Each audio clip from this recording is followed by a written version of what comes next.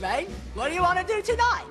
The same thing we do every night, Pinky. Try to take over the world. They're Pinky and the Brain. Yes, Pinky and the Brain. One is a genius, the other's insane.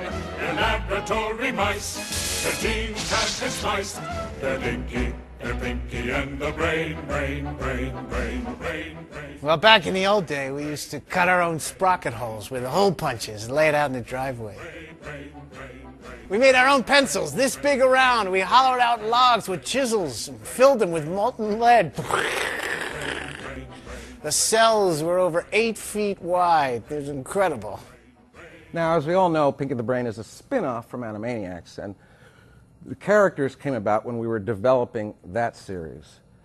And the interesting thing is they sort of arrived fully realized. Within the first few weeks of working on them, we had their catchphrases, we had their look, we had their goal to take over the world. And I even jotted down a quick song, the lyrics to a song, and then we went over to Steven and we pitched all these different ideas, and I sang the song, "They're Pinky and the Brain." They're Pinky and the Brain. Yes, Pinky and the Brain. One is a genius, the other's insane.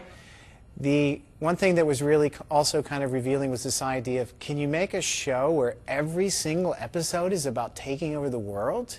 I mean, how is that possible?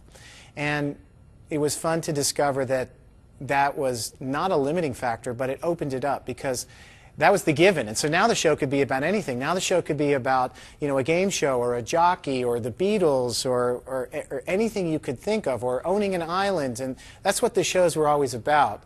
And you had this little framework that let you launch into, you know, almost anything. Come, Pinky. We must get to our knitting and prepare for tomorrow night. Oh, and just what are we going to do tomorrow night, Brain? The same thing we do every night, Pinky. Try to take over the world. Yay! They're Pinky and the Brain. What are we going to do tonight, Brain? Same thing we do every night, Pinky. Try to take over the world. You do that quite well. You sound just like the real guy. Yes. That Nicely makes done. me very good. Quite happy. Well, thank you for Yes. the opportunity. My pleasure. You thank Andrea for the That's what I'm opportunity. thanking. Yeah, absolutely. Matter of fact, I recall that we had known each other and worked quite a bit together with Tiny Toons. Unless you're on The Simpsons, you know, you're kind of going from show to show to show, and knowing that this thing was coming up was a big deal. I just had this feeling. I think a lot of us did, that no matter where we were in our careers, that it was going to do nothing but really make a difference. Well, when we first created Warner Brothers Animation, when it first came into being 16-odd years ago, and the first project was Steven Spielberg Presents Tiny Toons. Right. That's we all started working together at that point for Warner Brothers on those shows. Up to that point, you were. I was at Hanna-Barbera, the HB. casting director, Right. and doing a little directing on the side. And then I came here, started doing this work, and then after we kind of got our feet wet with Mr. Spielberg and with Tiny Toons and the whole working environment here, I think we all had the same feeling when Animaniacs came around that, okay, now we're really ready to do something that's going to fly. No! Will you look at that? How close are we to the ground, Pinky? It looks like a foot. Good.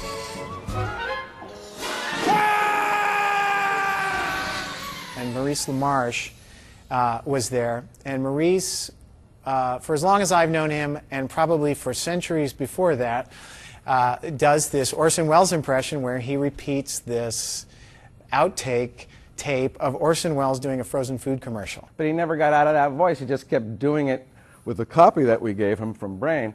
And we realized, oh my gosh, this is like perfect for the Brain. We know a remote farm in Lincolnshire where Mrs. Buckley lives. Every July, peas grow there. Yeah, Get me a jury and show me how you can say in July, and I'll make cheese for you. And it just was so instantly perfect for that character. Your very presence is making me itchy.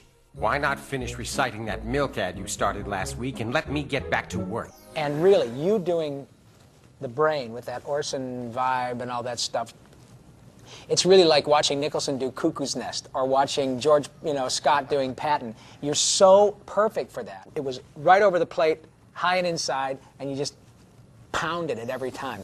Fasten your oral cavity. We have no time for verbal bric-a-brac. Hie thee hence, and fetch me fast my flower.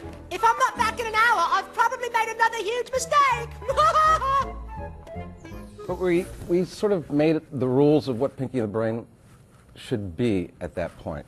We realized in every episode we wanted to do a, are you pondering what I'm pondering line? I think so, Brain, but, you know, and then we come up with some line for Pinky like, you know, where are we going to find a duck and a hose at this hour? Things like that. Pinky, are you pondering what I'm pondering? I think so, Brain, but where are we going to find a duck and a hose at this hour? And that's when I knew that I was going to be in this amazing thing. I wrote the second script, and then Tom came back to me and said, well, what about that line that's in the first one? Are you pondering what I'm pondering? And what about this? And there were all these conventions of Pinky and the Brain that were contained in that first script, never intending for them to be these hallmarks of the show. Yes! Pinky, are you pondering what I'm pondering? I think so, Brain. But isn't that why they invented tube socks? There are web pages devoted to the ape whips. AYPWIP.